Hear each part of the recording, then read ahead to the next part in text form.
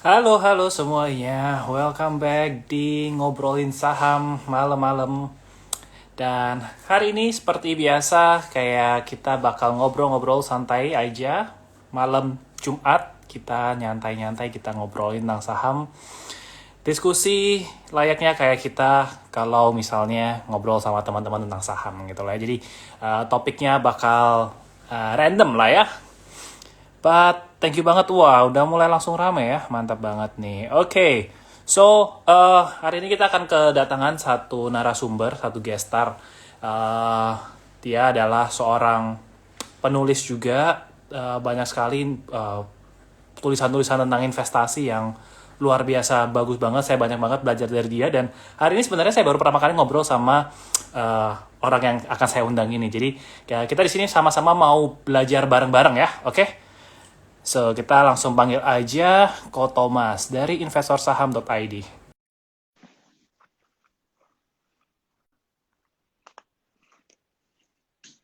Oke, bentar, saya lagi undang ya. Halo, halo. Kedengeran Woi, nggak Kevin? halo. Jelas, jelas Ko Thomas. Cuma Tes, mungkin tes. kameranya boleh agak naik dikit sedikit. Bentar. Wah, Halo, halo. halo, nice. Sangat jelas. Bentar ya. Kenapa? Wah, ada yang bilang, ayo kolor, mana Oke, kolor? Nah, ini udah pembaca setianya Bro Towil sini. oke. Sip, Kevin, suaranya udah kedengeran nih. Jelas, jelas, jelas kok. Jelas ya. Oke, sip. Halo, Oke. Kevin. Selamat malam nih. Ya, salam kenal nih. Pertama kali ya kita live bareng. Iya. Mm-mm. Tepatnya pertama kali nih Anyway, gue live IG. Weh. Anyway, kok kameranya boleh dinaikin dikit nggak? Agak Boleh. kepotong. Bentar. Oke. Ya, Oke, oke. sip. Jadi ini pertama kali nongol di IG Live atau gimana nih kok? Pertama kali. Jadi gue nggak ngerti Pertama apa-apa kali. nih. Jadi mohon bimbingannya ya. Iya, tapi kan gampang kan ya. Nanti kita kan tinggal Iya. ngobrol-ngobrol santai aja. Oke, anyway, thank you Oke. banget nih Kotom. Udah mau luangin waktu, kita ngobrol-ngobrol aja. Dan sebenarnya gue ini fans dari Ko Thomas gitu. Dari Waduh. Stockbit sih, pertama kali tahu dari Stockbit ya. Dari Oke, bacain oke. Thank you. tulisan-tulisannya kan emang bagus. Terus baru notice sebenarnya, oh ternyata ada Instagram gitu kan. Oh, Baru ke notice ada Instagram, terus ya banyak banget lah yang bisa dipelajarin dari Protomas ini gitu. Jadi oke. kita biar akrab Towil saja ya, karena kan Boleh, boleh, nicknya boleh. Towils. Apa aja Oke, anyway, welcome. oke. Sip. Mungkin boleh ceritain dulu nggak kok pertama kali udah aktif berapa lama sih di saham kok? Saham ya. Oke, mungkin gue mulai dulu dari gue kenalan pasar modal kali ya, Kevas ya. Boleh, boleh. Jadi kalau gue kenal pasar modal, kurang lebih gue mulai itu dari 2008, Kevas. Jadi dulu gue Mhm, kuliah nggak punya uang, habis itu gue coba magang gitu, coba jadi aslet lah ya di kampus. mhm, Punya uang sedikit, gue kumpulin. Cuma kan zaman tahun 2000, zaman tahun gue pas lagi kuliah, saham itu nggak murah. mhm, Saham itu minimal, minimal lu buka pas zaman gua ya itu 10 juta. Kalau mhm. sekarang kan enak, 10 juta udah bisa 100.000 buka bisa. rekening saham. Iya. 100.000 bisa kan ya. Kalau gua nggak bisa minimal 10 juta. Jadi karena gua nggak punya uang yang cukup, waktu itu gua masuk di 2008, masuknya via reksadana dulu. Gue ingat buka reksadana pertama kali, beli reksadana pertama kali pakai Bank Mandiri gua dulu tuh. Mhm, Gitu. Nah, habis itu 2009 gue lulus kuliah, kerja, mulai bisa nabung, akhirnya kekumpul tuh duit 10 juta. Nah, jadi di tahun 2009 mulailah 2009 atau 2010 gitu ya. Mulailah gue masuk ke pasar modal. Dulu itu gue inget mhm, banget masuk ke pasar modal pun gue tuh masih bagi dua sama teman gue, 5 juta 5 juta. Jadi kita buka rekening mhm, bareng karena punya mhm, duit dulu kan. mhm, Gitu, 5 juta 5 juta. Baru kayaknya mulai kekumpul uang lagi.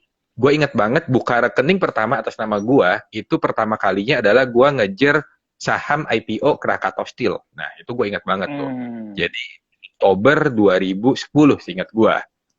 Wah, pas lagi itu gue ngerasa enak banget main saham tuh, gitu ya. Gue nggak ngerti Ya. apa-apa, bego, gue beli Krakatau Steel, gue inget ya, beli Krakatau Steel pembukaan tuh 800, ingat gue pas lagi Mhm, IPO.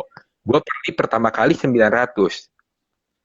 Pas lagi opening jam 9 pagi gitu ya. Gue ingat pas lagi kerja opening 9 pagi, gue beli Krakatau Steel 900, makan siang 1.100. Wah, Bayangin dalam waktu jam duit gue dari 10 juta jadi 11 juta gitu kan, atau lumayan. 12 juta atau 13 juta lah, enak gitu kan. Nah, terus gue inget pengalaman nih ya, pengalaman. Gue kan nggak ngerti apa-apa nih waktu itu, masih bodoh banget lah, nggak ngerti apa-apa. Teman gue waktu itu ada satu teman, ya satu pekerjaan juga, dia istilahnya udah lama lah, lebih lama di pasar modal daripada gue. Dia bilang gini, Toil, di mana-mana ya saham BUMN itu nggak ada yang di bawah 10.000 zaman itu. Jadi Krakatau Steel, lu simpen. Ini pasti Sampai 10.000. Wah. Ya, gila, enak banget duit gue bayangin 10 juta jadi 100, jadi 9 apa, jadi istilahnya 90 ya, naik 10 kali gitu ya, jadi 90 juta gitu, atau 10 juta lah Lumayan. kurang lebih. Wah, enak Bentar, gue banget ngecek gitu harga kan. keras keberapa nih sekarang nih. Iya. Terus habis itu gue inget ya, habis makan siang gue lihat harganya dari 1.000 waktu itu 1.300, dari udah untuk 30% turun ke 1.200. Gue tanya ke teman gue, jual nggak nih? Jangan. Ingat 10.000. Oh, oke. Besoknya pagi gue lihat lagi harganya turun 900. Waduh, jadi tinggi. Jual nggak nih? Saham itu naik turun. Kalau lu turun, hajar lagi. Oh gitu ya. Iya. Akhirnya naik lagi 1.100, 1.200 lah waktu itu. Gue ingat banget hari kedua. Oh gila, naik. Habis itu turun 1.100, pokoknya 1.100 gitu ya. Udahlah gue jual gitu. Temen gue yang gue bilang lebih jago waktu itu, dia di 800 dia hajar. Tambah lagi 10.000. Oh iya, gue goblok jual. Gue ingat banget perkataan itu. Mungkin sekarang dia akan nyesel karena habis itu dia nggak pernah lagi tuh nyentuh saham itu. Nah, sejak gue nggak ngerti apa-apa kan, orang yang gue kira jago ternyata nggak jago malahan. Nah, jadi gue mulai belajar. Nah, zaman dulu belajar, gue mulai waktu itu sih sebenarnya pengen belajar mulai fundamental, karena kan emang orang-orang yang sukses mainnya fundamental ya kayak Fas ya. Yep. Cuman susah kayak Fas zaman dulu. Jadi gue ingat banget di tahun 2011, gue tuh zaman dulu tuh nggak apa, gue beli CD, satu CD tuh full CD harganya seingat gue 300.000, isi data laporan keuangan semua emiten selama 10 tahun. Mahal Nah, banget. dulu nggak ada Stockbit. Nggak ada kayak Stockbit. Sekarang tuh enak banget. Ada Stockbit, segala macam, ada RTI. Zaman dulu nggak ada. Gue ngolah laporan keuangan dulu, bener-bener lu baca laporan keuangan PDF, habis itu lu convert ke Excel. Lu misalkan ditanya, total hutang tuh berapa? Gue aja nggak tahu cara nyarinya zaman dulu. Total hutang tuh berapa? Laba tuh yang mana yang harus diambil? Ada laba usaha, ada laba bersih. Yang mana yang gue mau ambil? Gue nggak ngerti. Akhirnya gue nyerah, maka belajarlah yang paling enak, yaitu analisa teknikal. Nah, dari belajar analisa teknikal, akhirnya ya sama lah mindset yang teman-teman trader pasti ngalamin juga ya. Kayak misalkan bilang bahwa fundamental nggak penting, harga apa, yang penting chart harga itu ada, chart itu mendahului fundamental nggak penting. Itu pun ada di kepikiran gue. Honestly waktu itu ada, fundamental is bullshit lah, nggak ada. Nah, sampai pada saat gue akhirnya dulu tuh mencari yang holy grail indikator lah ya, indikator apalah golden cross segala macam gue cari lah. Setiap kali ada trader jago yang gue tanya, lu settingan indikatornya apa dan lain-lain gitu ya. Seiring waktu banyak ruginya kan, kena 2008 itu kan rugi ya reksadana, tapi nggak dihitung lah, modalnya kecil. 2012 itu kan kehajar gede gue, krisis Eropa ya, ingat gue 2012 gede tuh, hilang 30%. Hilang 30% jadi trader, lu udahlah keringat dingin gitu ya, 10 juta hilang. Nah habis itu ya vakum, sempat belajar main forex, sempat belajar main komoditi, hilang gede lagi. Hilangnya lebih gede lagi itu ya. Terus akhirnya trading tuh waktu itu mulai bangkit. Gua tuh belajar option bursa US, gua buka di eBay. Itu lumayan. Tapi Interactive Broker. Oke.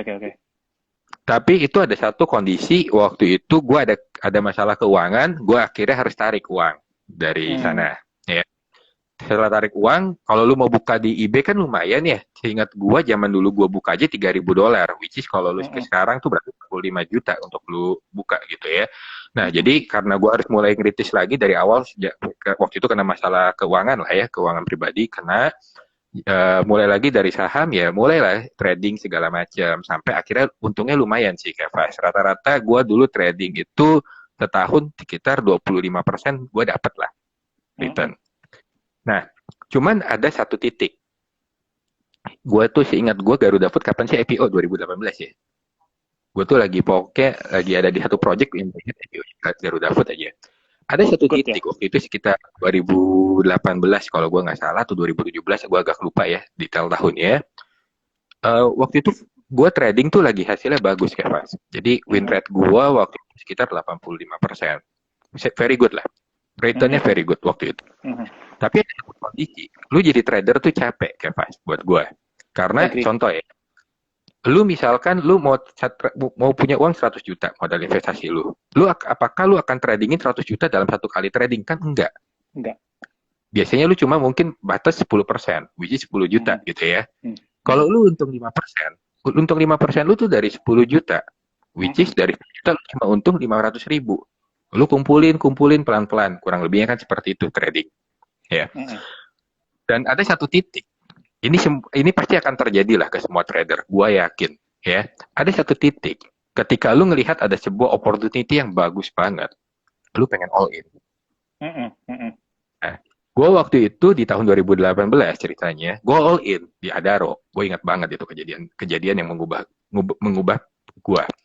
2018 gue all in di Adaro. Waktu itu ya lumayan gede lah, berapa puluh juta sekali trading gue hajar waktu itu ya.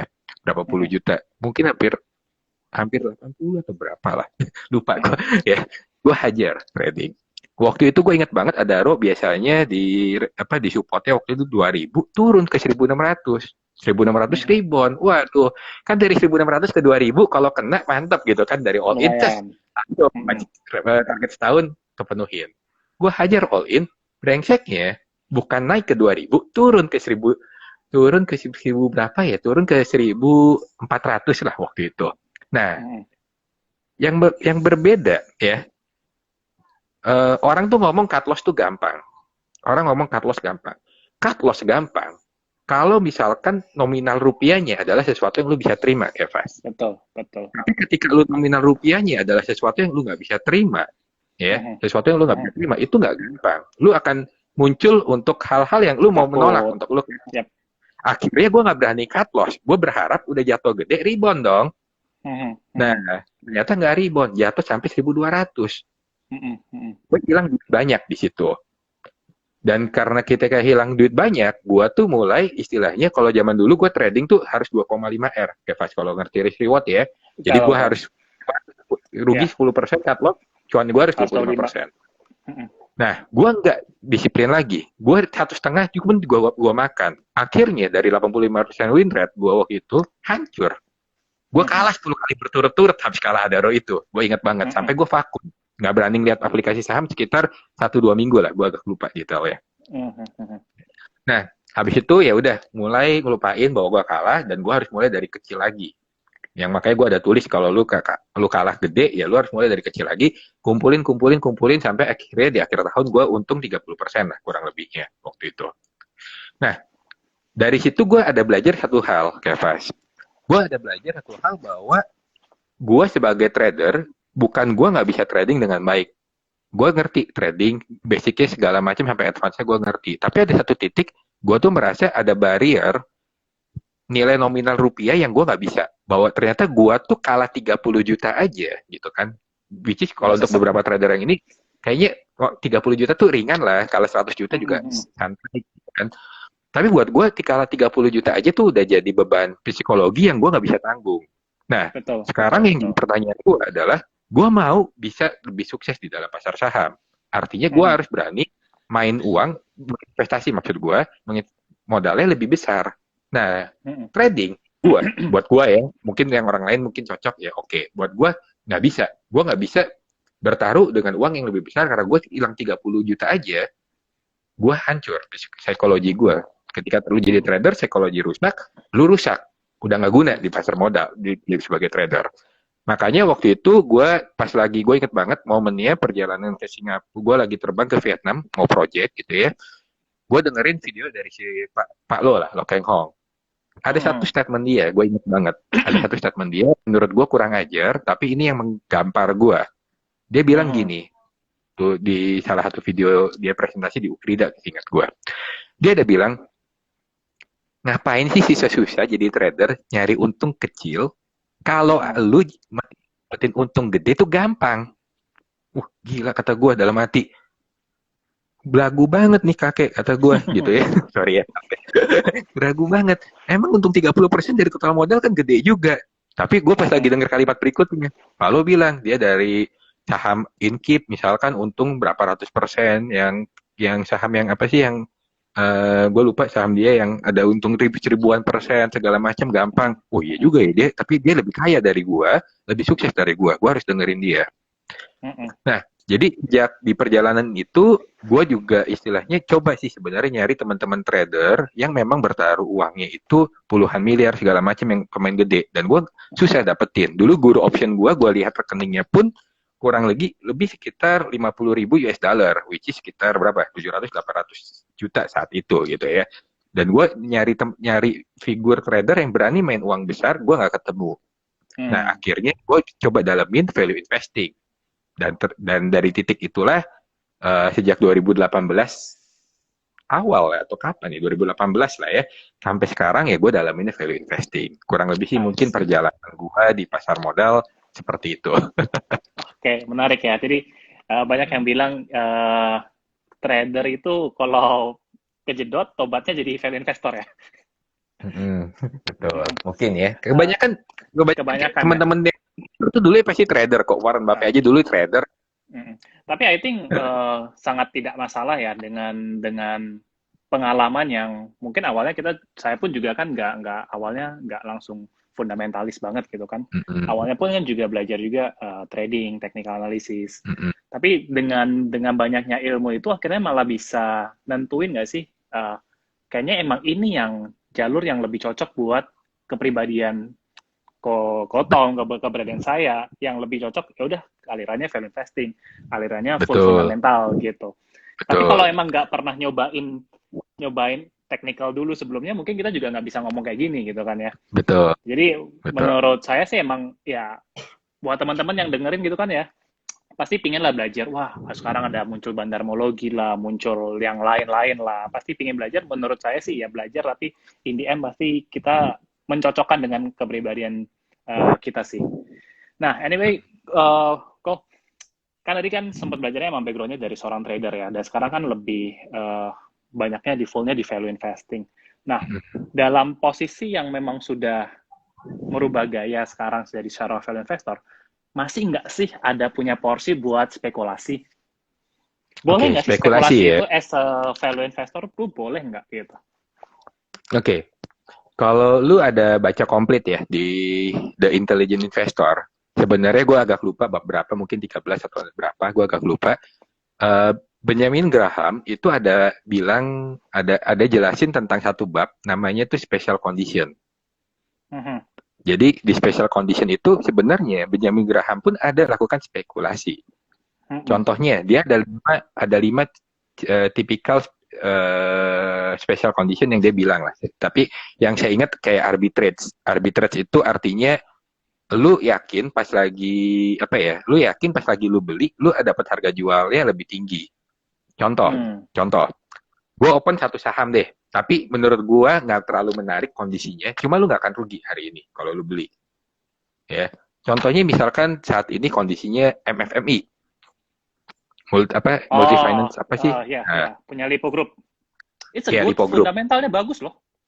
Oh, buat gue biasa aja sih kayak pas. Oh gitu ya? Oke. Ya. Nah, cuma MFMI itu kenapa lu nggak akan rugi sebenarnya? Kalau Hmm. lu perhatiin, sebenarnya MFMI itu pasti dalam berapa bulan lagi dia akan lakukan tender offer. Jual bagi dividen. Oh, bukan Oh, bagi tender dividen offer, karena jual bukan aset. dividen. No, no. Oh, Tender offer. Karena di ya, bulan ya, Mei ya, ya. kemarin, tanggal 13 atau kapan lah, gue pas lagi di Bali lah, bulan Mei itu, Hmm. dia itu ada jual sekitar mayoritas sahamnya itu ke Iron Group yang yang which is shareholder-nya ada si Warren Buffett. Nah, di si Iron Group ini ya, si Iron Group ini beli sekitar harga 270. Jadi makanya kenapa gue bilang ini sebenarnya fundamental biasa aja. Iron Group aja saham juga waktu itu dibelinya cuma 270. Ya, jadi lu tahu sendiri lah pengertiannya gimana. Nah, tetapi aturan dari tender offer ya adalah lu beli pengertiannya gini deh, pengertian tender offer tuh gini kurang lebihnya. Ini kan ada terjadi pergantian PSP, pengendali. Yang tadinya A gitu ya, berganti ke si B. Jadi anggapannya kalau berganti pengendali, belum tentu pemilik saham itu suka dengan pengendali yang baru. Contoh, misalkan gue suka ITMG, ya, gue suka ITMG, gue percaya sama Banpu sebagai PSP-nya. Menurut gue dia bagus. Tahu-tahu ternyata dibeli sama Om Bakri sahamnya. Tracking sama Bakri. Ya belum tentu gue cocok sama Bakri misalkan. Maka nggak tentu cocok. Maka sebenarnya kebijakan dari pasar modal, lu harus pemilik yang baru itu harus melakukan tender offer. Jadi kalau gue nggak suka dengan pemilik yang baru, lu harus beli saham gue. I see. Okay? Nah, kondisi tender offer itu ada dua kondisi. Kondisi yang pertama adalah kalau lu si pemilik yang baru harus beli seharga dia beli dari si yang pemilik yang lama, which is 270 something, angka yang nggak bagus untuk MFMI tender offer. Atau yang kedua adalah lu harus beli berdasarkan harga rata-rata tertinggi 3 bulan terakhir sebelum terjadinya pembelian yang itu. Nah, kalau lu cari artikelnya Mirai lah ya, artikelnya Mirai dia ada bahas bahwa harga tertinggi 3 bulan terakhir MFMI itu adalah 676. Jadi kalau lu lihat ya di MFMI, semua orang tuh pada pinter-pinter lah di pasar modal tuh. MFMI itu akan sulit jatuh dari 610. Ya. Jatuhnya kayak gimana 610 pasti ada yang makan. Kenapa 610 ada yang makan? Karena dia udah ada jaminan, dia tahan berapa bulan, itu minimal dijual 676. Paling minimal. 676. Nah, itulah arbitrage. Betul. Itulah arbitrage. Kayak orang misalkan contoh, orang pada teman gue ada loh value investor beli sahamnya Zebra. ZBRA ya. Ada korporasi juga karena. Beli saham IELS. IELS nggak pernah dengar, oke. Nah, nggak pernah dengar kan? Dua-duanya fundamental, lu lihat nggak akan ada bagus-bagusnya, Kevas. Tetapi dia sudah tahu, dia sudah hitung, ya, dia sudah tahu dan dia sudah hitung bahwa itu akan ada terjadinya backdoor listing. Dan dari backdoor listing ini akan ada penambahan dana sekitar kalau Zebra sekitar 2 atau 3 triliun, makanya dia berani. Ada contoh misalkan juga yang sekarang lah bank-bank digital. Kalau orang ngerti, banyak orang spekulasi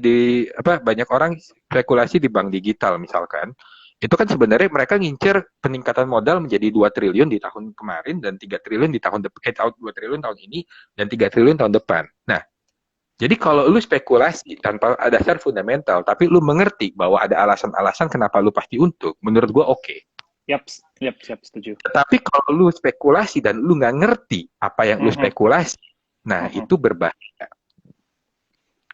Yang berbahaya itu kebanyakan adalah orang nggak ngerti apa yang mereka spekulasi. Harga sahamnya jatuh, mereka jual karena mereka nggak punya basic knowledge. Kenapa harga saham itu harus naik? Karena mereka nggak ngerti apa yang mereka beli. Jadi kalau spekulasi itu menurut gue, spekulasi itu adalah kalau lu tidak melakukan 3 hal. Melakukan analisa yang menyeluruh, kenapa yakin uang lu nggak hilang, dan kenapa lu yakin nggak bisa dapat untung yang bagus. Kalau 3 ini nggak terpenuhi, buat gua itu adalah spekulasi. Ya, kayak ini ya, Benjamin Graham tulis juga ya di situ ya. Betul. Ya, sebenarnya ini juga, Warren Buffett juga pernah bilang ya, strateginya workout ya, kalau nggak salah istilahnya ya. Ya kan, dengan cari company-company yang memang corporate action-nya itu jelas.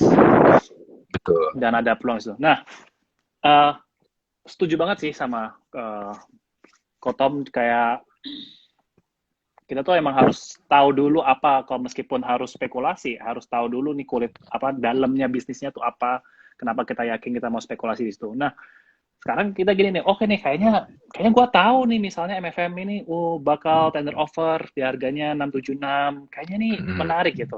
Nah, terus menurut lu kok gimana eh, nge-manage uangnya gitu? Saran lu gitu, misalnya kayak hitung-hitungan gua nih secara corporate action ini kayaknya bakal begini-begini begini. Udah ketemu nih angkanya, masuknya tuh kan kadang kayak gitu tuh. Duh, takut kalau salah gimana nih? Jangan-jangan, masalahnya kita kan investor retail nggak tahu rumor yang bener kan loh. Kita cuma lihat Mm-mm. dari laporan publikasinya dari IDX, baca berita, tapi kan sometimes kita nggak tahu nih kita tuh bener atau enggak. Itu gimana kok? Oke. Ini Ini tips? kita contoh yang MFMI aja ya. Ya boleh. Jadi kalau lu mau contoh untuk MFMI yang benar, gampangnya sih gini Kevas. Transaksi akuisisi atau transaksi kayak akuisisi itu tuh pasti lu bisa ngecek. Ngeceknya gampang. Lu buka chart, tapi jangan yang reguler, tapi yang pasar Tunai nego. nego. Tuh Oke. nego, pasar nego. Nego ya. Ya. Jadi kalau lu pas lagi lihat MFMI ada pembelian misalkan di pasar nego gitu ya. Ini gue diajarin juga sama teman gue namanya Chris juga gitu ya. Nah, eh lu pas lagi lihat di pasar nego itu pasti akan ada volume yang besar banget. Jadi dari situ lu Mhm, akan bisa ngetrack itu rumor benar atau rumor enggak. Kalau udah ada mhm, mhm, transaksi di ya udah pasti benar lah. mhm, mhm, mhm. Transaksi di pasar negonya lu hitung jumlah lotnya itu memang relevan Sesuai nggak nggak? untuk tender offer. Mhm, Kalau dia habis ngambil saham baru nggak tender offer, ya jangan spekulasi, jangan ngambil. Nggak ada kewajiban dia harus beli. Kalau cuma 20% atau apa. Dan PSP ini kan artinya dia yang jadi pemegang paling tingginya gitu kan. Nah, lo harus mhm, hitung di situ. Ada hitung-hitungan. Makanya kalau lu yang spekulasi yang kayak arbitrage seperti ini ya buat gue emang orang-orang pintar yang lakuin. Gue pun juga nggak ngerti. Gue juga sebut jujur kayak Zebra, YLS kan naiknya gila-gilaan tuh. Ya gue sih missing opportunity itu mhm, karena sebenarnya gue bukan ahli di bidang itu gitu. mhm, Karena bukan ahli di bidang itu ya mungkin itu bukan rezeki gue lah ya. mhm. Ya masih banyak lah rezeki-rezeki di tempat lain kan. Saham kan banyak, peluang pasti banyak lah. Betul. Dan sometimes yang kayak gini, kayak oke nih, misal tahu nih MFMI bakal kayak begini dengan adanya informasi seperti ini. Cuma pasti kalau saya pun juga kayak ya udahlah nggak usah berani ikutin, lihat aja dulu kejadiannya seperti apa, terus baru dipelajarin gitu kayak apa namanya, oh kejadian seperti ini tuh efek ke harga sahamnya tuh kayak gini toh, sebelumnya, sesudahnya, seperti itu. Jadi next time kalau Betul. ada kesempatan lagi kayak kita jadi lebih ngerti sih gitu. Betul. Sampai kalau tanya mungkin gini, sebagai value investor mungkin boleh nanya nggak kayak apa namanya, nyesel nggak sih nggak I assume Bro Towils ini belum nggak beli Arto gitu. Tapi pernah nggak Oke. nyesel kayak, wah gila ya Arto kok bisa ya dari 100 perak sampai sekarang 15.000. Nyesel nggak? Ada pernah kepikiran itu Hmm. nggak? Kalau gua nggak pernah nyesel saham naik yang gini. Kalau gua tidak pernah menyesal ada sebuah saham yang naik dan itu memang bukan sesuai dengan karakteristik gua. Gua nggak pernah nyesel Hmm. hal itu. Hmm. Karena karena kalau gua harus karena kalau kejadian berulang lagi ke masa lalu gitu ya, gua tetap nggak akan beli. Karena Oke, itu oke. tidak sesuai dengan apa ya? eh Tidak sesuai dengan apa yang gue believe, tidak sesuai dengan apa yang gue percaya. Jadi kalau Hmm, itu hmm, gue nggak hmm, pernah hmm. nyesel. Tetapi Oke, oke. yang gue nyesel kalau gue nakal, ya kayak contoh deh. Sebenarnya gue ada beberapa hal yang gue nyesel di tahun ini. Contohnya gue tuh nakal di PSSI misalkan, ya. Itu Hmm. gue tuh udah masuk dari 2019 kayak pas PSSI itu, ya. Dari harga 160 sampai dari harga 170 sampai 130 semua barang gue punya. Nah, tapi ada sometimes-nya PSSI itu tuh dulunya saham nggak liquid. Hmm, hmm, hmm, Nggak hmm. ada orang yang tahu, nggak ada orang yang merhatiin. Dikit banget lah. Gue ingat banget kok, sehari tuh paling transaksi cuma 100 lot, 200, ya beratusan lot lah, nggak nyampe kayak sekarang. Nah, gue ada kadang ya gimana ya, sometimes kan lu nunggu tuh males ya, nunggu tuh Yap. bosan ya. Ya Hmm. lu ada yang lu setrika lah gitu dalam bahasanya.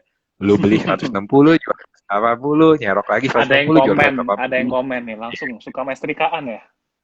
Ya. Nah, hal-hal itu yang sebenarnya jadi pelajaran buat gua.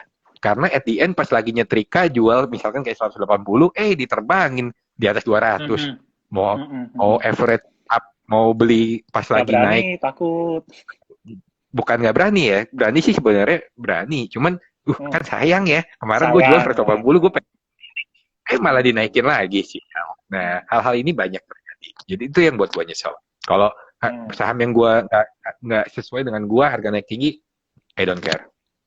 hmm. I see. Tapi dari misalnya kayak kejadiannya Arto, sempat kayak penasaran nggak sih kenapa kayak Arto itu bisa naik segitu banyak dan kalau tren bullish tuh bullish banget gitu. As a value investor mencoba mempelajari nggak gitu?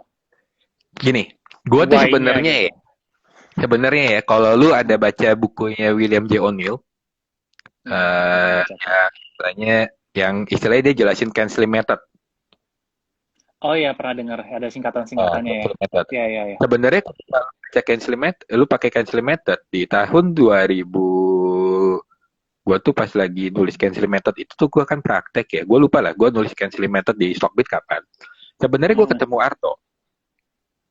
oke, oke, oke. Jadi kalau lu pakai canceling method itu sebenarnya Arto tuh dapat. Tapi kalau lu pengen ngerti kenapa Arto bisa naik ya kenceng ya, karena kan Hmm, sebenarnya kepemilikan publik sangat sedikit lah, hmm, bisa hmm, dibilang. Artinya kalau lu mau naikin kayak DCI lah, ceritanya mau naikin ya enteng, 100 lot hmm. juga arah, 10 Modalnya, lot juga ya, oke, gitu. I see. Cuma Nah, masalahnya lu hmm, detail kapan lu bisa beli, itu doang kan.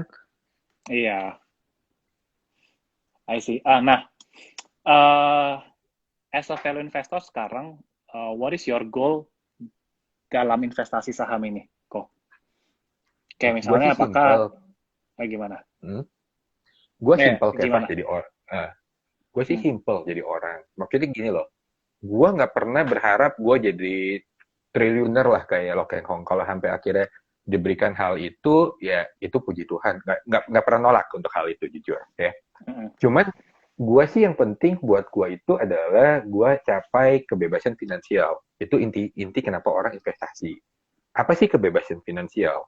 Kebebasan finansial itu simple. Pokoknya gue punya gaya hidup. Kalau maksudnya gini, kalau gue mau kerja ya gue kerja karena gue suka, bukan karena gue hmm, butuh duit, gitu ya, ya.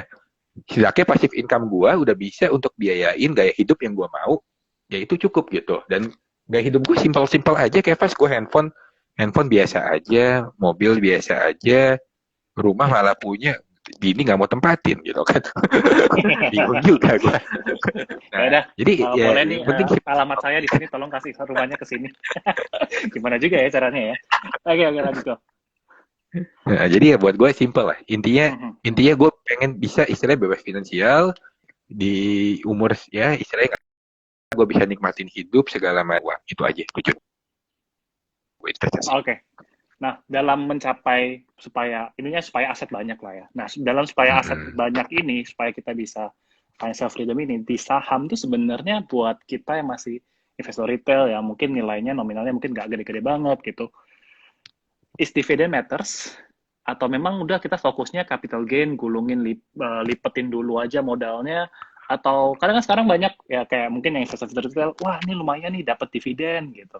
Tapi sometimes kan ya itu tadi, mungkin dividen yield 7% buat modal yang 10 juta, ya 700 ribu per setahun gitu.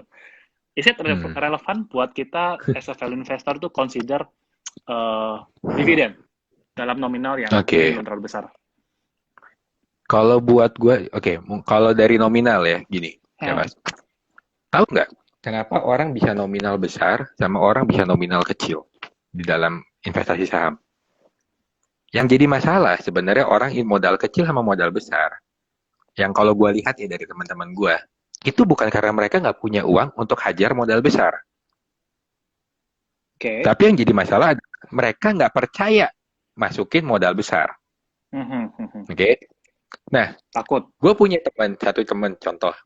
Dia tuh baru kontak gue kayaknya 2019 ya. 2019 ya, dia baru kontak gue. Satu orang temen gitu. Dia bilang, gue punya uang lebih, Toil, katanya. Gue punya uang lebih, nggak banyak-banyak amat, tapi gue cukup lah. Nah, cuma yang jadi masalah, dia nggak tahu uang ini diinvestin kemana. Di deposito kecil bunganya, obligasi kecil. Dia masuk forex hilang 300 juta gitu kan. Nah, Sesek jadi amat.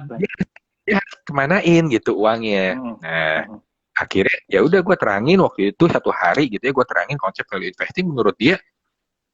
Emang ada ya cara goblok gini, orang tuh mau jual saham murah tapi bagus. Gue tunjukin, oh iya ada ya orang goblok ya di pasar saham yang mau jual barang murah, tapi barang bagus tapi murah gitu. Nggak, dia nggak percaya. Nah, akhirnya setelah itu ya dia akhirnya mulai tuh. Nah, dia mulai ya nggak kecil-kecil amat lah ya, nggak seperti yang pada umumnya orang mulai dari 1 juta. Dia gue ingat banget mulai 30 juta. Ya, Mas. Mulai 30 juta di 2019, sekarang 2021 pertengahan, ya anggaplah 2 tahun ya, belum sampai akhir nih. 2 tahun, sekarang uang dia di pasar modal udah di atas 500. Dari 30 ke 500. Tentu gue nggak mau ngomong bullshitting bahwa ini semua dari return dari value investing. Enggak. Tapi dia berani menambah modal. Bahkan dia menambah modal sangat besar, menambah modal lebih besar ketika dia ngalamin floating loss yang sangat besar. Maret 2020. Maret 2020 kan hancur ya, gitu ya. Kan. Karena dia hajar terus gitu kan. Tiap bulan dia hajar sampailah modal itu membesar dan sekarang untungnya dia juga dibilang oke lah kurang lebihnya gitu. Bagus untuk dia. Nah, dividen perlu atau enggak pertanyaannya? Dividen kalau misalkan dikasih jangan pernah ditolak. Kenapa harus ditolak? Dividen itu oke gitu. Lu dapat uang nunggu tanpa ngapa-ngapain dalam bentuk dividen dan itu adalah hal yang baik.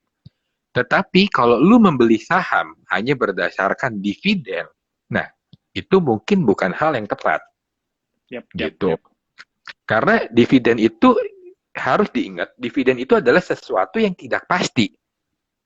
Nggak ada yang bilang bahwa kalau saat ini dividennya 7%, tahun depan pasti dividennya 7%. Enggak. Contoh deh, ITMG tahun ini cengok semua gitu kan. PTBA biasa 10-30%, tahun ini berapa? 2,8% dividennya. Ya kan? Nggak ada yang itu akan dapat selalu segitu. Gitu. Jadi dividen buat gue ya itu adalah uang tunggu yang worth it untuk lu enak untuk lu dapatkan sembari lu nunggu harga saham lu naik, itu uang tunggu. Tetapi kalau lu membeli hanya berdasarkan dividen, that's not a good thing gitu buat gua. Mau modal kecil, modal gede yang penting tumbuh, dan dividen ya salah satu hal yang menurut gua oke untuk numbuhin uang kita gitu. Karena kan mau gimana pun uang pasti bertumbuh dengan ada dividen. Oke. Nah, dalam fase kita nunggu itu kalau lu kok lebih ke arah yang oke, gue berencana misal beli saham ini yang gue nemuin itu gue hold forever, atau memang udah dari awal tuh udah ngeset kayaknya itu idealnya dijual di harga, misal kita kan bikin hitungan ya pakai valuasi, pakai metode apapun, kita set, oke, udah set harganya 1.000. When achieve sampai 1.000, consider untuk jual atau enggak, ini saham bagus, gue pengen pegang hold forever lah gitu. Gimana? Approaching-nya lebih gimana? Oke. Kalau gue mungkin jawab pertanyaan ini gini, kayak pas. Beda saham tuh beda alasan beli. Itu yang paling pertama. Oke, setuju. Oke, beda saham beda alasan beli ya. Jadi gue harus tahu dulu apa story gue beli saham. Contoh, misalkan gue beli sahamnya MMLP. Gue beli ini Maret 2020 tuh pas lagi market hancur. Nah, MMLP ini bagus nggak secara growth? Enggak. Saham labanya nggak bertumbuh. ROE-nya berapa? Dihina-hina orang waktu itu gue beli. ROE cuma 3. Lu value investor atau judi? Gue ingat banget tuh ada orang di Stockbit ngomong itu ke gue. Ingat banget gue. Ya. Nah, tapi pas lagi lu paham gitu ya tentang MMLP, lu bayangin Kevas, kenapa gue berani beli di waktu itu di harga 160. Pas lagi gue beli 160 MMLP, market cap dia itu 800 miliar, bro. Punya uang cash saat itu ya 200 miliar. Terus punya fixed asset nilainya 6 triliun. Total hutang itu 1 triliun. Jadi anggapannya lu beli MMLP waktu pas zaman gue 160 ya, bukan sekarang. 160 itu lu beli dapat tanah, properti gitu ya, sama uang cash 6,2 triliun. Tapi lu hanya butuh bayar perusahaan itu market cap 800 M, total hutang M. Jadi 1,8, sorry, satu utang 1T. Jadi Salah satu T. 1,8 T. 6,2 kurangi 1,8 T, which is kan adalah lu masih ada gratisan senilai 4,4 triliun. 4,4 ya. Ya kan? Senilai 4,4 triliun. Kita belum ngomongin perusahaan si MMLP itu berhasil ngasilin laba 200 M waktu itu setahun. Gitu. Jadi Di kalau lu 4,6 lihat T itu duit. jelek banget lah. Tapi kalau lu lihat pas bandingin dengan labanya, 200 M dengan 800 M 4 tahun doang. Udah 4 tahun, habis itu lu dapetin gratisan 4,4 T. Gitu. Habis gua beli, harga naik nggak? Enggak, turun. Baru 103 berapa bulan kemarin ya baru naik ya. Gue inget banget, habis gue beli 160, sorry, maaf, bukan 160, 180. Habis gue beli 180, turun ke 130. Nah, apa yang gue lakukan? Karena gue tahu data 180, 130 tuh jauh loh. Itu 50 kan. 50 dari 180 kayaknya 25% tuh ada. Nah, ketika turun 25% dari harga beli awal gue bukannya takut, bukannya cut loss, karena gue tahu data itu. Maka, ya gue hajar, gue beli lagi. Sampai akhirnya average gue dari 180 tuh turun ke 160. Gitu. Dan akhirnya market apresiasi mulai di awal tahun ini, mulai tuh naik 300 segala macam, sampai kemarin saya lepas tuh sekitar hampir 700 lah, itu penghabisan. Tapi honestly speaking, di 380 saya udah ada jual setengah. Jual akhir di 600 berapa lah, hampir 680 atau berapa. Jadi yang pertama beda alasan beli, beda saham, beda alasan beli gitu ya. Nah, yang kedua, misalkan saham-saham kayak cyclical lah ya. Contoh, orang-orang tahu saya beli suka saham ITMG, ataupun sekarang orang tahu saya lagi beli saham ABMM gitu ya, misalkan. Nah, ya kalau saham cyclical, misalkan mau disimpan seumur hidup, kalau menurut saya sih bonek, bodoh nekat gitu kan. Saham-saham cyclical kayak batu bara turun 90% tuh bukannya crash, itu wajar gitu. mau di dalamnya itu isinya ada direksinya Einstein, direksinya Nikola Tesla sama Yohanes Surya pun kalau harga batu bara turun dari 140 ke 50 US dollar, ya selesai. Terus istilahnya nggak bisa untung gitu kan. Nah, jadi kalau saya untuk yang kayak batu bara seperti ini, jujur saya sudah ada hitung valuasi. Contoh deh, misalkan ITMG. I believe ITMG 30.000 lewat. I believe that. Gitu ya. 40.000, amin-amin. Gitu ya, semoga. Atau misalkan kayak ABMM. Ada yang kemarin kayak pinter tuh. Saya lupa siapa, ada kontak saya, ngitung valuasi, dan dia tahu bahwa ABMM dia cukup yakin bisa istilahnya secara valuasi, misalkan sekitar 4 ribuan something, hampir 5.000 lah kurang lebih. Ya kalau saya sih jujur, kalau emang sudah mencapai harga wajarnya itu yang menurut saya saat itu, saya sih akan kabur gitu. Saya nggak akan pegang saham cyclical selamanya. Nah, tapi ada saham yang ketiga, Tepas. Saham yang tipenya misalkan kayak growth. Contoh deh, kayak misalkan sekarang ADES ataupun PBID misalkan. Orang-orang taunya saya kan saham growth saya dua itu. Satu turnaround lah dari rugi jadi untung, satu yang emang bagus lah untungnya PBID ya. Nah, kalau saham-saham yang istilahnya memang tidak cyclical dan emang growth-nya bagus, itu saya akan hold selama ada selamanya ya. Selama growth-nya masih bagus. Kalau misalkan sebagai contoh, mohon maaf untuk teman-teman yang saat ini nonton dan misalkan memegang saham-saham ini di harga yang tinggi ya. Contoh, misalkan Unilever deh, ya mohon maaf nih teman-teman garis keras Unilever. Itu kita coba lihat, growth-nya itu juga udah turun. Orang pada ngotot bahwa Unilever bagus, sekarang kena kan. Unilever Q1-nya sekarang, Q2-nya turun. Gitu. Turun gitu kan. Ya, karena mau gimana pun Unilever ya kita harus pikir sehat lah. Udah itu saya nggak pernah bilang Unilever jelek loh. Ya, Unilever tuh very good company, very good company. Cuma ruang bertumbuhnya sulit. Kalau suatu saat ada sama PBID udah di posisi yang itu, ya saya sih mungkin pamit juga gitu. Jadi tergantung alasan belinya kenapa? Karena beda alasan beli, nextnya adalah beda alasan jual juga gitu. Betul. Jadi kayak ini ya, kayak apa yang ditulis di Peter Lynch lah, pas dibahas juga di video saya kemarin kan. Intinya kan setiap saham kan banyak kategori-kategorinya kan.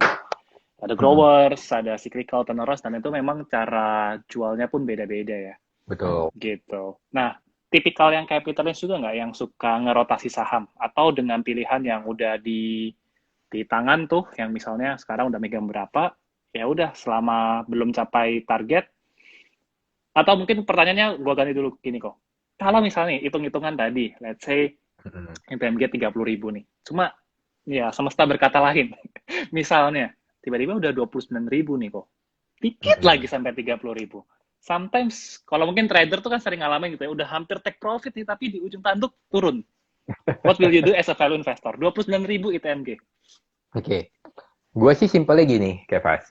Contoh Hmm. ya, misalkan gini, kita tuh nggak pernah bisa hitung presisi, gitu. Yap, agree, Kita agree. nggak pernah bisa hitung presisi, karena market itu ya market gitu, nggak bisa lu kontrol. Mau uang lu segede apa, influence lu segede apa, lu nggak akan bisa kontrol yang namanya market. Mm-mm.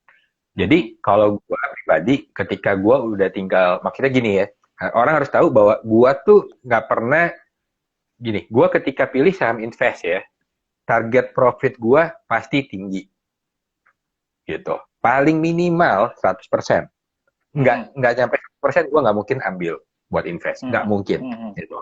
Nah, jadi ketika misalkan jaraknya udah tinggal 20% dari target, ya gampangnya sih aktifin aja trailing stop gitu.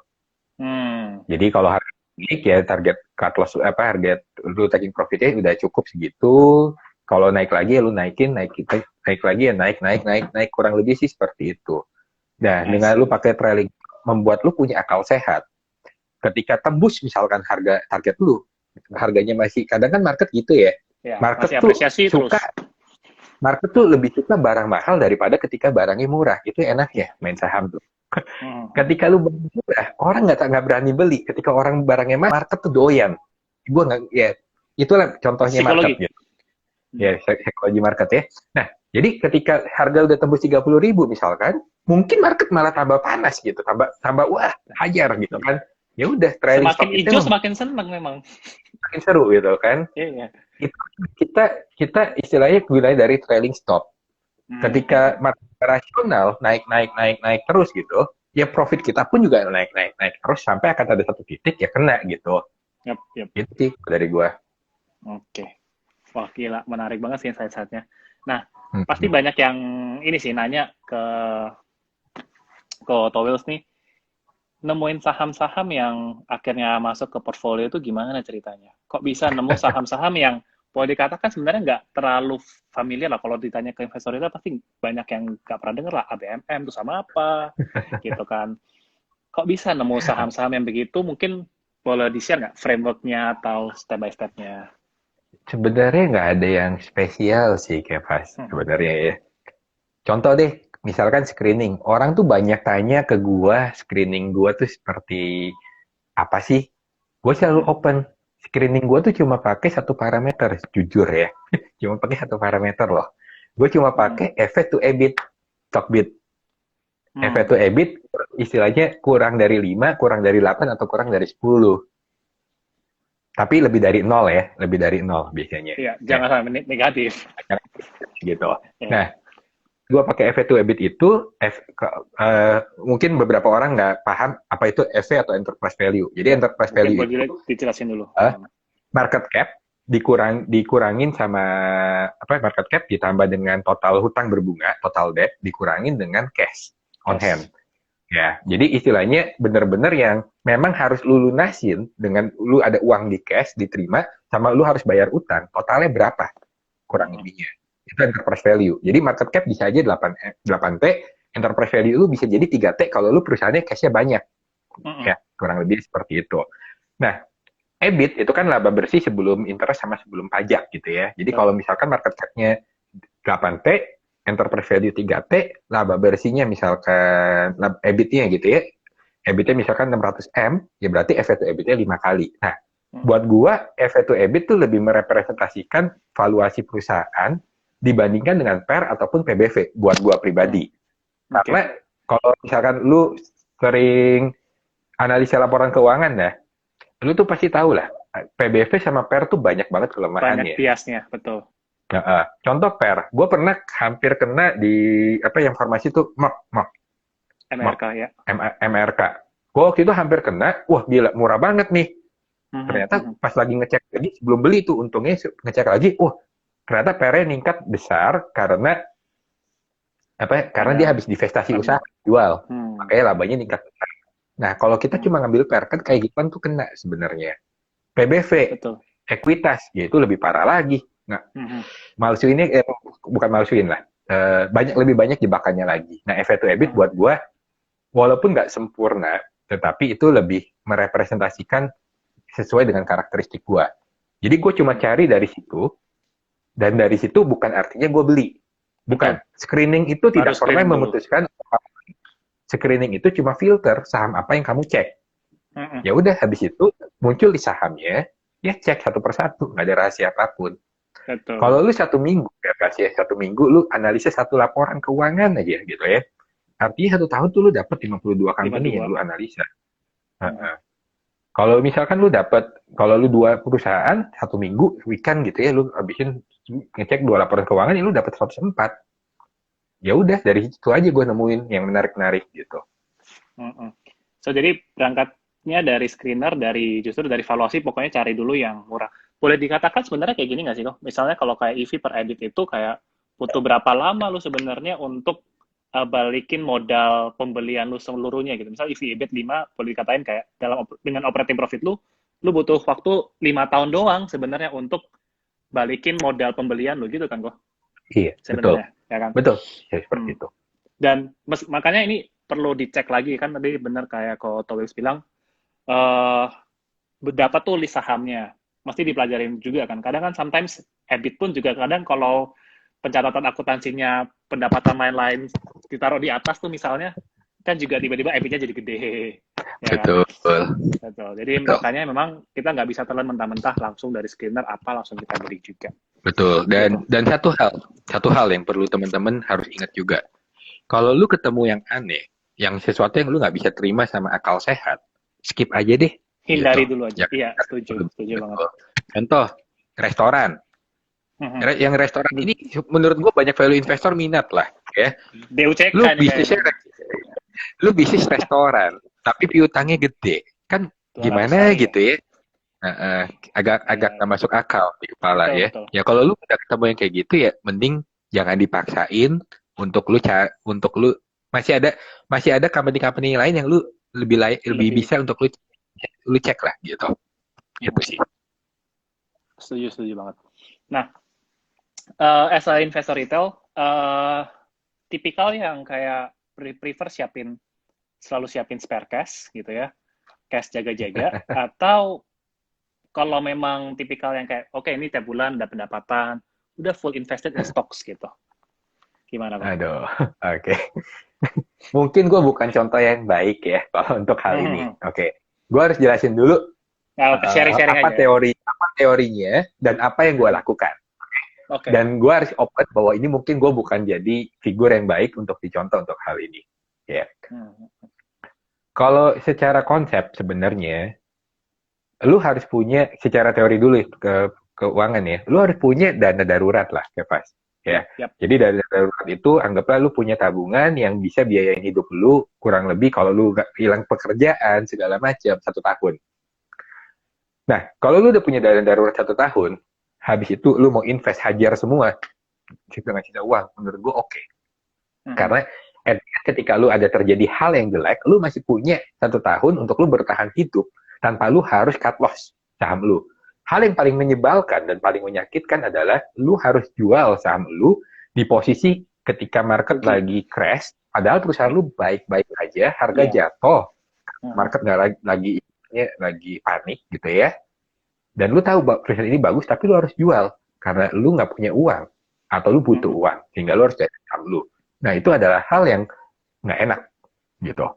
Nah, cuman sekarang gue harus open juga karena gue orangnya ya gitu ya. Gue harus tahu apa yang gue orangnya tipikalnya belak-belakan lah. Kalau tipikal gue ya ada kondisi-kondisi kayak misalkan kayak Fas contoh Maret tahun lalu gitu ya. Buat gue Maret tahun lalu tuh gila gitu. ITMG bisa 5.000. Opportunity banget. ITM gue bisa 5.900, 6.000 gitu. Mm-mm. Lalu perusahaan-perusahaan, lu mau nyari saham yang dividennya 10% kayak IPCC di Wah, tahun lalu gitu kan, banyak. itu juga bisa gitu kan. Mau, waduh, Mm-mm. pokoknya murah-murah semua kayaknya murah gitu kan tahun lalu. Ya kalau kayak gitu, kalau gua waktu itu bener-bener memang semua uang yang gua bisa beliin saham, gua beliin saham, jujur. Ya, bahkan gua nggak ada dana darurat saat itu. Tapi itu bukan contoh yang bagus ya, apalagi terutama Mm-mm. untuk kalian-kalian yang sudah berkeluarga gitu ya. Jadi Mm-mm. tetap jangan contoh gue karena ya gue emang tipikal taking risk-nya emang cukup tinggi lah Berani. sebenarnya gitu Mm-mm. ya, cukup Mm-mm. gue dan gue orang yang punya confidence level termasuk tinggi untuk analisa yang gue lakukan gitu. Mm-mm. Jadi kenapa itu gue berani untuk uh, ya istilahnya mempersedikit dana darurat gua ke pasar saham ketika harga itu lagi benar-benar memang Benar-benar menarik murah banget. banget. Tapi Mm-mm. kalau udah nggak menarik ya udah tahan aja, ngapain paksain? Jangan paksain beli saham ketika tidak ada yang menarik gitu. Betul. Jadi kalau misal dalam kondisi sekarang nih, misal kayak yang lagi nggak ada yang menarik gitu, misalnya, ya Hmm, udah berarti kan disimpan dulu aja di dana idle gitu kali ya, Pak ya. ya kurang lebih Baru seperti itu. sampai Karena sampai kalau ada opportunity baru dihajar lagi. betul, karena opportunity itu akan selalu datang kok Mm-mm. sebenarnya Mm-mm. gitu. Tinggal kita sabar aja. Jangan jangan jangan apa ya, jangan berpikir bahwa gini, pemikiran yang salah dan pemikiran yang bodoh menurut saya, dan ini adalah pengalaman saya. Orang tuh selalu bikin table, biasanya bikin table, kalau gue investasi return 20% per tahun, maka gue kan makin cepet gue investasi, duit gue makin banyak gitu kan. Betul. Mm-mm. Problemnya yang lu masuk, lu beli, belum tentu tuh pasti naik loh sebenarnya. Bisa jadi Mm-mm. turun gitu. Mm-mm. Jadi ya lu jangan paksain kalau nggak ada barang yang emang lagi menarik, saham yang lagi menarik, jangan dipaksain untuk masuk. Tapi kalau emang ada yang menarik ya masuk gitu. Itu sih. Oke. Coba Karena orang sering boleh. sering paksain gitu. Oke, oke. Coba kok tadi minumnya pakai botolnya apa tuh? Wah ya, ya. Produk dari Ad. Kode tersembunyi. Ada yang notice loh, saya dia nggak notice. Minumnya dari additional. Oh, Mantap. Oke. iya. Ya ada yang bilang juga nggak beli saham nggak dosa ya. Jadi kadang-kadang kita mungkin Betul. ya FOMO lah segala macam. Harus rasanya pingin banget beli saham, beli saham, beli saham. Terus gitu. Iya, Padahal ya sometimes memang kita butuh nunggu. Ya part of the investing game kan buy, sell, and betul. waiting. Gitu. Mm-mm. Mungkin kita sekitar 20 menit lagi kali ya, kok. Is that okay? Boleh, boleh, santai. Boleh kita mungkin 20 menit ini coba jawab pertanyaan teman-teman kali ya. Weh, jangan bilang pom-pom terselubung. Itu namanya investor sejati. Kan investor pemilik bisnis, ya nggak kok? Iya. Mungkin ada pertanyaan ini. Mungkin any tips gimana caranya ngehindarin financial engineering? Kayak Hmm. jebakan-jebakan pas kita baca laporan keuangan kan memang banyak banget lah yang financial engineering. Any tips kok? Oke, sebenarnya sih gini ya, engineering tuh banyak banget dilakukan. Aduh, ini live sih ya. Oke, oke. Nah, oke. Nah, engineering tuh banyak dilakukan, ada yang legal dan banyak juga yang legal untuk lakukan. Mhm. Jadi saya nggak bisa bilang gini, saya nggak bisa bilang financial engineering itu kriminal. No, Yap, yap, yap. financial engineering itu banyak, itu legal kebanyakan, dan perusahaan-perusahaan di Indonesia lakukannya legal kok, nggak melanggar hukum. Mhm. Tapi mereka memanfaatkan, memang apa ya, memanfaatkan untuk ya celah-celah yang Supaya terlihat ada bagus. gitu ya. Mhm. Jadi kalau buat gua, kalau cara lu menghindari financial engineering itu simpelnya gini. Kalau lu ada yang lu nggak yakin, udah skip aja gitu. Masih ada saham yang lain, jangan dipaksain gitu Setuju, kan. setuju. Nah, gue sih ada nulis beberapa saham gitu ya di IG, tapi emang sengaja gue tulisnya di Instagram sih, karena gue nggak pengen ke publish ke publik lah ya. Mhm. Nggak pengen terlalu banyak rame. Jadi kalau ada orang yang ngikutin tulisan di IG gue lama, gue tuh ada tulis tentang hidden trap series. Jadi ada beberapa perusahaan yang memang ya bisa dibilang lakukan engineering seperti itu gitu kan. Mhm. Contoh, contoh deh yang mungkin beberapa orang tahu deh bahwa gue sebel sama company ini gitu ya. Bahkan gue cukup Mhm. banyak diserang di tahun lalu karena ngeritik company ini. Contoh misalkan ada sebuah perusahaan, nilai inventory sama nilai piutang 85% dari total aset. Ini perusahaan apa gitu? Ya, jadi aset kan ada properti, ya, Yap, yap. ada cash, segala macam. Nah, 85% itu Inventory. inventory sama kan nggak masuk akal. Kalau nggak masuk Iya, akal, betul. udah deh. Orang pada bilang, lu goblok gitu kan ke gua waktu itu. Lu nggak ngerti inventory turnover-nya bagus, segala macam. Sekarang kan, cadangan piutangnya gede, kerugian piutang Mhm. gede, kerugian inventory gede gitu kan.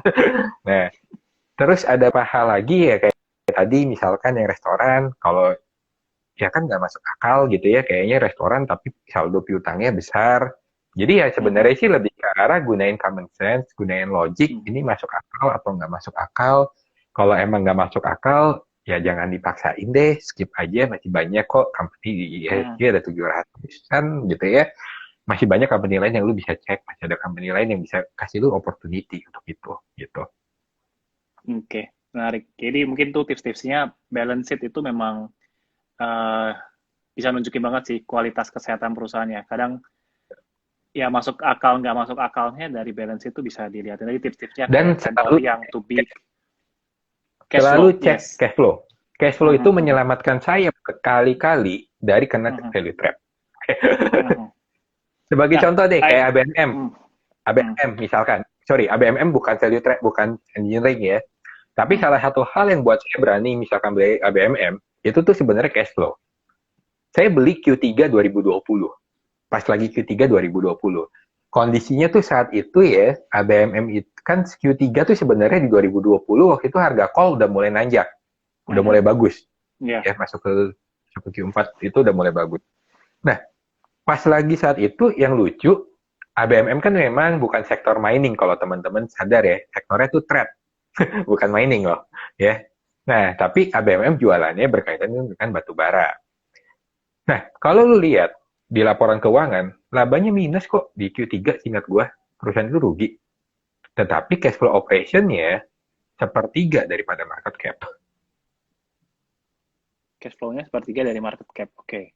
Perusahaannya Speak. rugi, Mhm. perusahaannya rugi, tapi cash flow-nya sangat besar gitu. Cash flow operation ini kita ngomong CFO ya, cash flow Oh, operation-nya CFO. Oh. sepertiga dari gitu.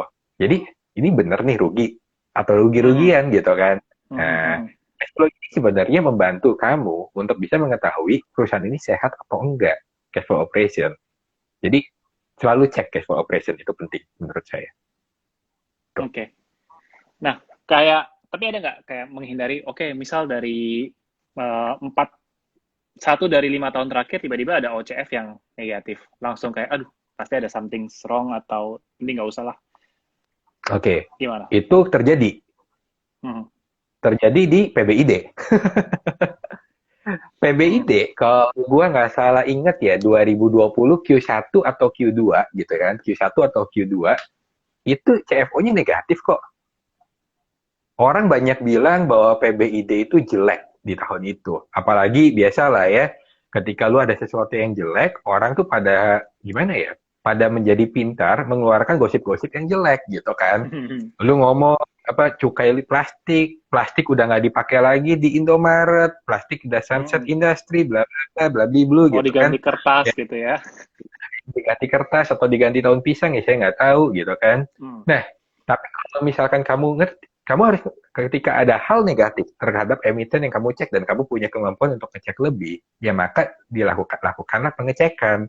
Kalau kamu Mhm. misalkan cek pas lagi PID di periode tersebut ya, kenapa CFO dia negatif? Karena dia pembayaran ke suppliernya naik lebih tinggi. Hmm. Nah, kenapa dia bayar ke suppliernya naik lebih tinggi? Kamu drill down lagi ke angka persediaan.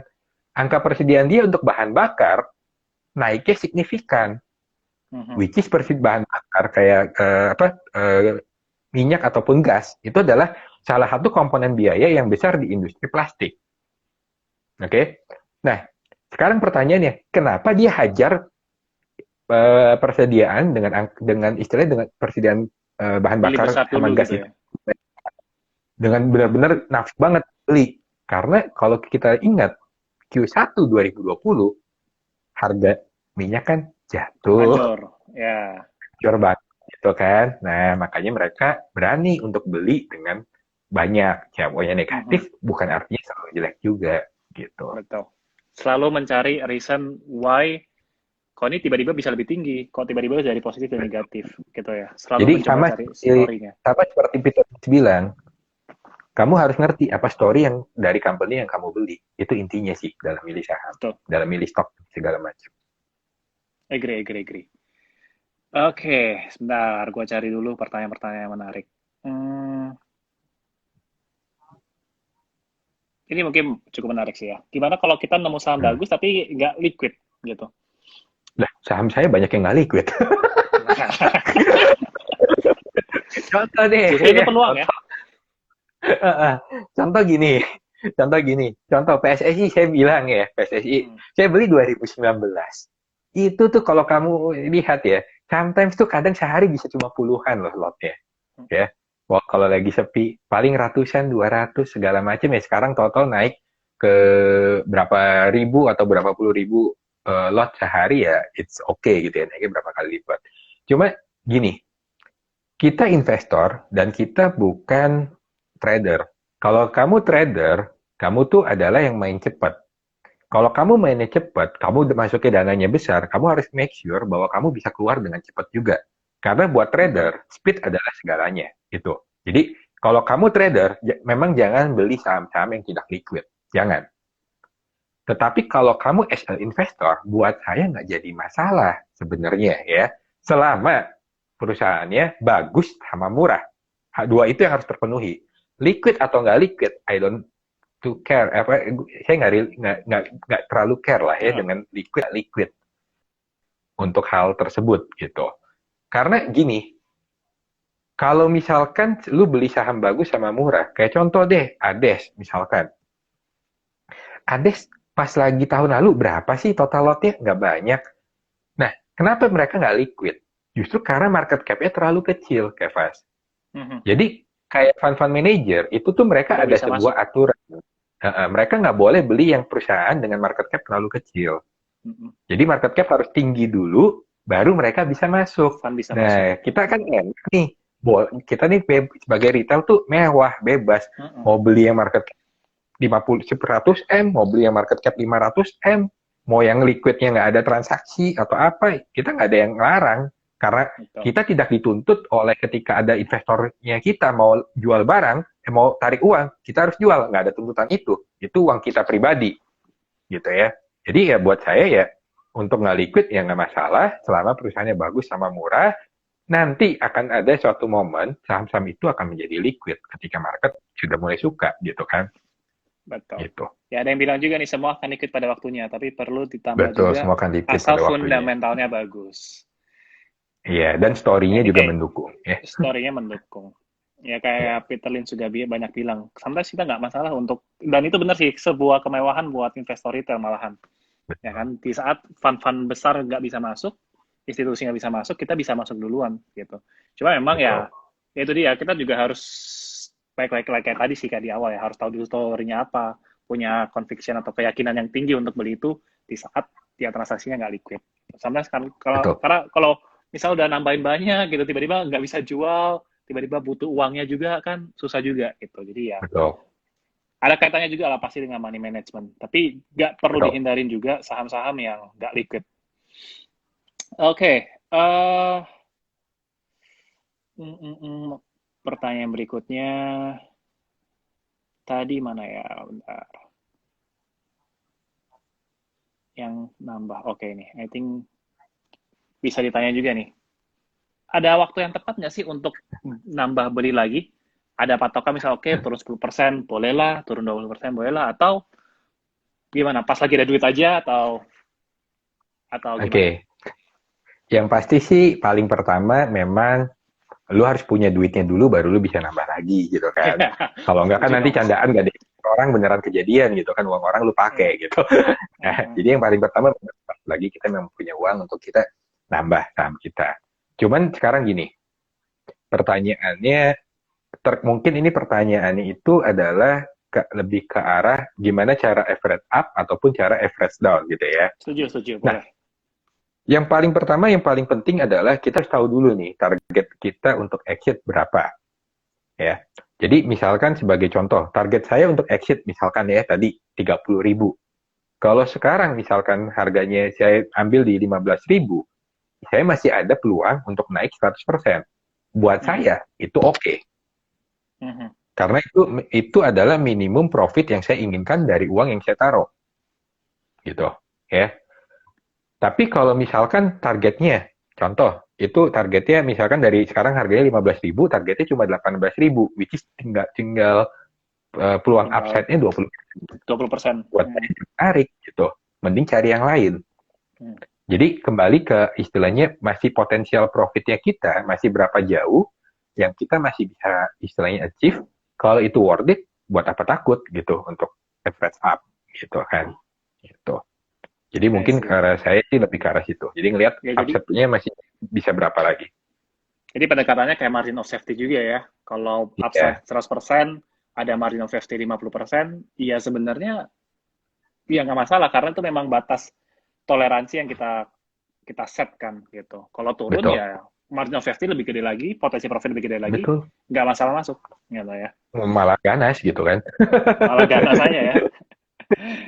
Oke, ini dari pertanyaan yang paling banyak di like. Kayaknya ini karena update dari tech nih. Mau dibahas kan nih? Sempat dibahas juga sih di IG-nya investorsaham.id. Mungkin boleh disampaikan sedikit. Enggak. Oke, saya bahas lah, nggak apa-apa. GMV ya. Dari istilahnya transaksi. Saya pribadi mungkin gini lah. Mungkin saya boleh lah dibilang sebagai investor yang kolot gitu ya. Buat saya laba bersih adalah segalanya. Buat saya. Karena at the end, perusahaan itu harus menghasilkan laba ya untuk bisa membiayain operasional perusahaannya. Perusahaan harus bisa menghasilkan laba untuk bisa kasih dividen kepada kita sebagai investornya. Dan siapa sih yang nggak senang perusahaan yang bisa ngasilin laba? Konsepnya kan itu. Nah, GMV ini kan adalah dari nilai transaksi, gitu ya, dari nilai transaksi. Opportunity dari GMV ini kenapa dihitung? Kenapa dihitung dari GMV? Karena harapan di masa depan, dari sekian besar GMV-nya ini bisa di-convert menjadi laba. Dengan semakin besar GMV, maka semakin besarnya laba. Ya, pertanyaannya, yakin nggak jadi laba? Itu pertanyaan saya. Karena contoh, kalau udah jalannya 10 tahun dan masih nggak berhasil ngehasilin laba, which is padahal otak di dalamnya, foundernya masih ada di company itu. Nah sekarang kalau foundernya aja mau out, ya terus siapa otaknya lagi gitu kan? Gitu. Jadi ya, kalau buat saya sih mungkin orang boleh bilang saya kolot gitu ya segala macam ya. I don't care dengan itu. Kalau saya sih lebih cocok dengan valuasi-valuasi yang konvensional, yang memang menghitung labanya, menghitung growth-nya dibandingkan dengan prospek masa depan yang saya belum tahu akan jadi seperti apa. Kalau saya mungkin pandangannya lebih ke arah seperti itu dengan segala hormat untuk teman-teman yang suka saham digital, mungkin memang saya bukan figur yang tepat untuk hal tersebut, untuk konsultasi tentang hal tersebut. Itu sih. Oke. Kita masuk ke industri spesifik sedikit nih kok. Mungkin nggak industri sih, ya cukup industri lah ya. Kalau cyclical lah, sektor cyclical. Ya Per tadi sempat disinggung sedikit, Per kan suka bias gitu. Kalau cyclical gini, gimana nih analisanya nih caranya? Oke, kalau cyclical tuh sebenarnya simple sih menurut saya ya. Kamu bisa pakai, ya kalau valuasi yang ini ya, kamu bisa mau pakai valuasi misalkan pakai valuasi yang kayak Benjamin Graham deh, yang istilahnya kamu ngitung dari EPS-nya gitu kan, ada growth-nya segala macam, ya itu kamu juga bisa. Cuma sebenarnya cyclical tuh saham yang paling enak untuk kamu hitung harga wajar. Sebagai contoh saya pakai saham apa ya? Nanti dikira pom-pom terus ITMG deh, kenapa? Oke, contoh deh, misalkan kita ngomong saham, maaf. Saya misalkan ngomong saham ABMM lah ya, anggapannya. ABMM itu saat ini kan laba bersih untuk di kuarter ini, saya agak lupa laba bersihnya BMM tuh kuarter ini, bentar ya, saya coba contek dulu. Oke, sekitar 377 miliar. Satu Mhm. kuarter, 377 miliar. Ya. Kita anggap bodohnya aja. Ya. Q1 kan jelek nih untuk batu bara, ya. Karena Q1 tuh banjir gitu ya, cuacanya nggak bagus. Nah, anggap deh kita misalkan turunin aja ya, turunin, jangan 377 miliar. Turunin aja 300 miliar. Oke? Mhm. Istilahnya turun bara sunset gitu kan, jelek, Mhm. Q2 jelek, Q3 jelek, Q4 jelek, jelek, anggapannya gitu aja. Ya. Bodoh, jelek, batu bara. Bah, bisnis apaan? Oke, anggaplah 300 miliar. Dari 377 saya turunin 300 miliar. Saya nggak perhitungin bulan 4 tuh bakal bulan yang seasonnya tinggi segala macam. Kita kaliin 4 aja. 1 tahun berarti ya. 1,2 T. Laba bersih 1 tahun. 1,2 T. Nah, artinya anggapan deh industri jelek itu aja lah ya, anggapannya jelek sih, industri itu jelek.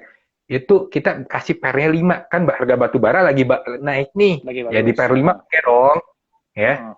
1,2 T dikali per 5 berapa? 6 T. 6 T.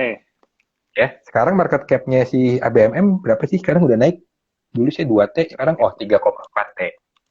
Mhm. Nah, jadi masih upside-nya masih tinggi. Kurang lebihnya gampangan gambarnya seperti itu. Kalau Tapi misalkan mhm. sebagai contoh, pernya 10 deh, anggapannya ya. Mhm. Per 10 aja. Ya berarti dari 1,2 jadi 12 T. Ya kurang lebih, Anda dengan cara seperti itu pun, dengan cara bodoh-bodohan, pakai yang angka per dengan rendah aja, kalau masih Mhm. untungnya oke ya, why not gitu. Jadi pendekatannya masih ada pakai earnings-nya, tapi earnings-nya ini Mm-mm. lebih, kalau buat teman-teman supaya lebih nangkep, earnings-nya ini kita mikirnya konservatif banget, ya nggak? Betul, Karena kan cyclical, sometimes it's good, sometimes it's bad. betul, Misalnya dalam bad times, kayak, wah dalam bad times mungkin kita juga bisa ngecek historis tuh, biasa profit marginnya berapa sih gitu kan, misalnya.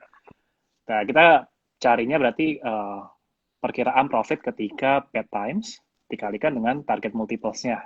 Kalau dalam betul, earnings berarti kan PE gitu ya. betul. I see. Dan Jadi kalau masih buat bisa gua ya, pendekatannya PE ya. Mm. betul. Dan kalau buat gua, selalu hitung dengan perhitungan paling pesimis. Mm. Kalau Kalau paling pesimis saja murah, pesimis aja bagus, why not yep, gitu? why Gampangnya not? kan gitu. Setuju, Contoh, setuju. contoh nih ya. Ini data Toto keluar di kepala. Contoh misalkan ITMG. ITMG itu seingat gua tahun 2020 volume penjualan batu bara 22 juta ton. Oke. Penjualan dia itu tuh sekitar ingat gua 1,1 miliar US dollar di 2020. Jadi Oke, oke. 1,1 miliar US dollar kamu bagi dengan 22 juta ton, artinya harga 1 tonnya itu adalah 55, sekitar 54,8 atau anggaplah 54 lah ya kita. Mm-mm. Seingat aku 54,8 US dollar per ton, anggaplah kita turunin aja jadi 54 ya.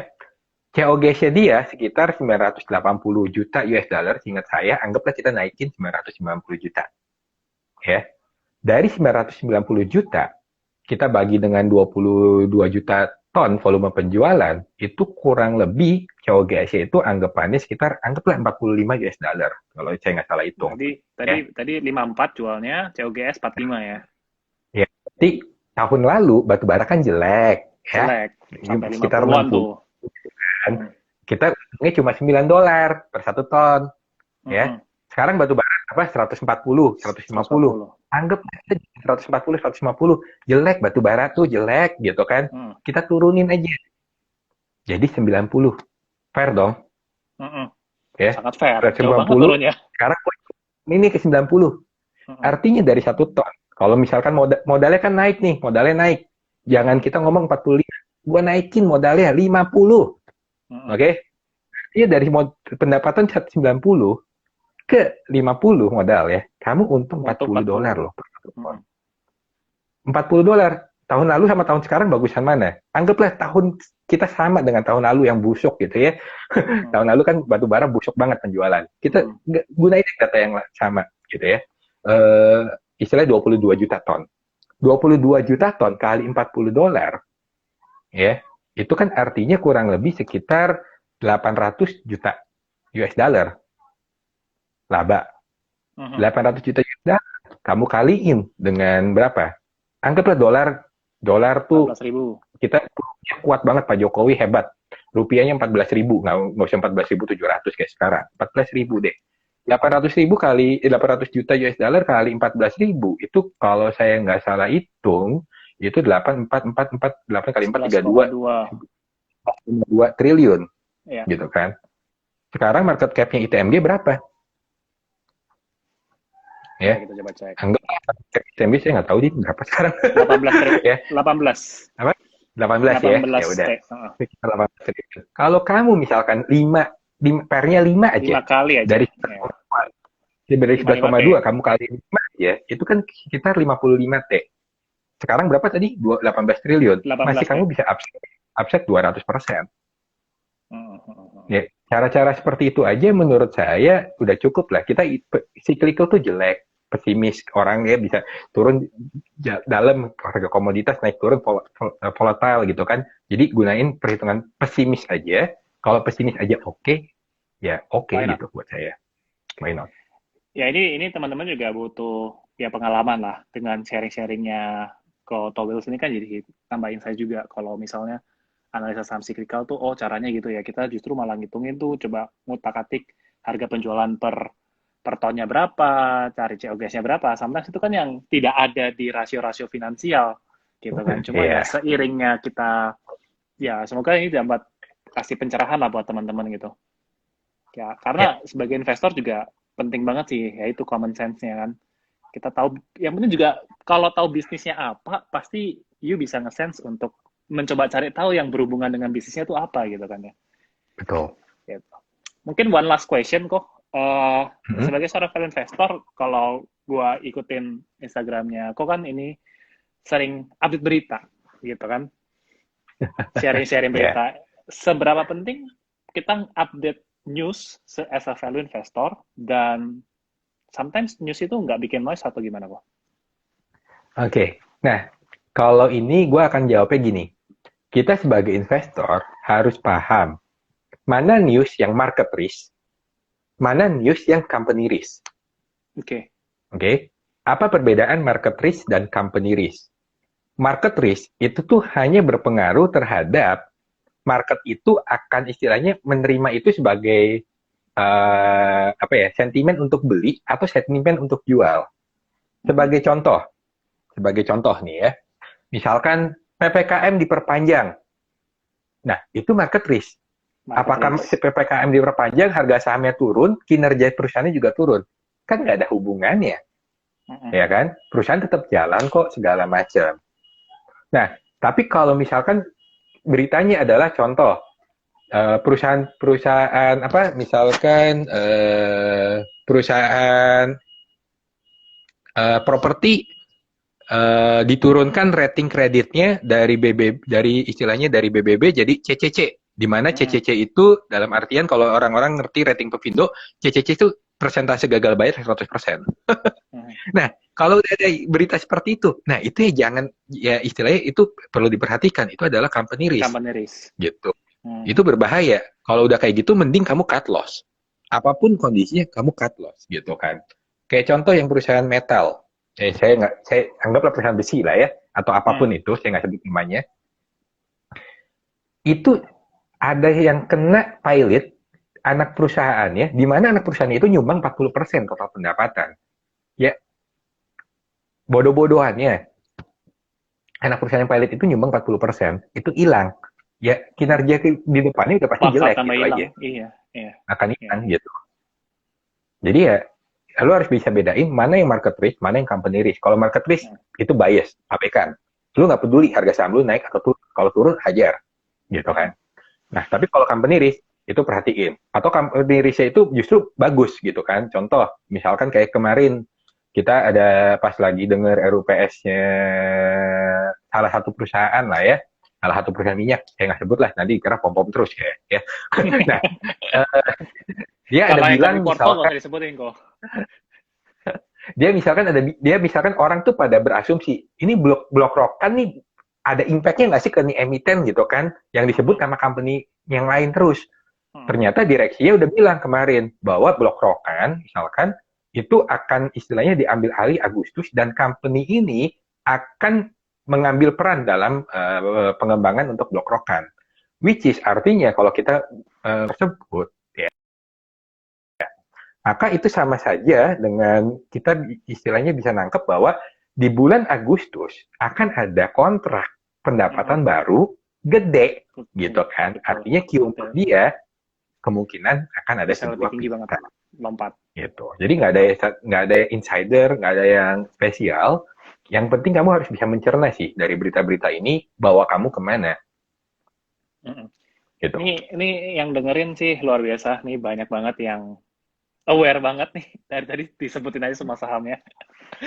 Kalau ada sahamnya ditutupin, tapi ya netizen ya silahkan kan. Nah, kita nggak sebut lah ya, kok ya. Gitu. Iya. Nah, tapi mungkin sedikit nyambung sedikit terakhir aja. Sometimes berita-berita itu tuh too much, ya kan? Misal saya anggap saham yang tadi punya project besar di Desember, saya nggak punya nih di portfolio. Jadi saya nggak akan dong update berita-berita seperti itu sebenarnya. Jadi apakah kita update berita tiap hari itu penting gitu? Jadi kayak, wah, siapa tahu nih ada berita yang menarik, siapa tahu ada punya potensi bisnis lain atau segala macam kayak gitu. Ya, Atau pas kalau kita ngeriset misalkan baru cari berita atau gimana? Cara penggunaan berita buat investor atau buat Kotowil sendiri kalau di-share. kalau saya emang orangnya suka baca berita ya. Maksudnya saya orangnya mungkin karena di pekerjaan juga gitu ya. Karena kan kerjaan saya as a consultant, saya tuh harus punya wawasan yang luas ketika ngobrol sama orang. Jadi berita-berita ini memang adalah sesuatu yang saya harus baca gitu. Bahkan sometimes berita-berita artis pun saya harus baca karena biar nggak ketinggalan aja pas lagi ngomong sama klien ya. Jadi ya saya suka baca berita. Cuman ya istilahnya ada berita yang penting yang lu perlu untuk baca, ada berita yang nggak penting. Cuman gini sih yang gua harus perlu ingetin. Terkadang orang tuh tidak ngerti baca berita mana yang bagus, mana berita yang nggak bagus. Habis itu ngikutin dari influencer gitu kan. Influencer bilang A bagus, influencer bilang A jelek, ya dia ikutin. Menurut saya jangan percaya orang di pasar saham karena kebanyakan orang di pasar saham yang mementingkan dirinya, tidak mikirin Anda. Jujurnya sih seperti itu ya. Jadi ya istilahnya baca berita ya baca. Kalau ada yang menarik ya kamu bisa analisa sahamnya beneran menarik atau enggak. Kalau nggak menarik ya abaikan gitu. Itu sih. Jadi ya baca berita nggak ada salahnya. Tapi jangan dengan mudah dari berita itu membuat kamu menjadi galau gitu dalam keputusan investasi kamu. Oke, dan again semuanya mesti ya dibaca ulang dan di cross check lagi sih. Ya kan? Betul. Diteliti, dianalisa lagi. Gila, seru banget obrolan malam hari ini. Kayaknya nggak juga nih standby 300 orang lebih yang nonton dari tadi stabil banget. Bahkan sampai 350-an. Mantep. Oke. Biasa gue coba kalau ngomong sendiri ngoceh paling cuma 80-an. Jadi ini thanks banget buat Kotowils nih, luar biasa banget. Banyak banget tadi yang komen pembaca setia di Stockbit. Debut gue nongol nih. Iya, semoga bakal banyak debut-debut berikutnya kok, karena insight-insightnya luar biasa banget. Oke. Thank you banget buat sharing. Tenang aja teman-teman, ini bakal di-save juga. Jadi ya, selamat malam teman-teman. Thank you banget Kotowils sekali lagi. Oke, thank you. Bye-bye Enjoy ya. the weekend. Bye-bye guys. Bye. Thank you so much. Yeah.